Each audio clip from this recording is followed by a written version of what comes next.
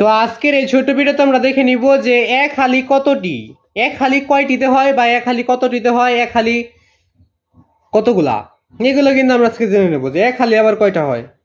তো এক হালি কয়টা হয় সেটা দেখার আগে তোমরা চ্যানেল নতুন হয়ে থাকলে চ্যানেলটাকে সাবস্ক্রাইব ফলো করবা এবং সকলের প্রতি আমার সালাম, আসসালামু আলাইকুম। তো সকলে ইসলামের জবাবটা দিয়ে নেবে।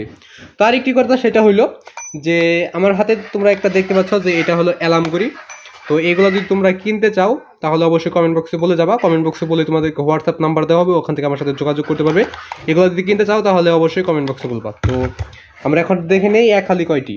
তো এক হালি হইল চারটি, চারটি এক হালি ডিমের ক্ষেত্রে চারটি, চারটি হবে সব ক্ষেত্রেই।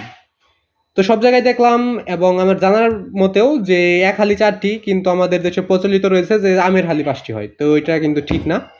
তো এক হালি হবে চারটিতেই।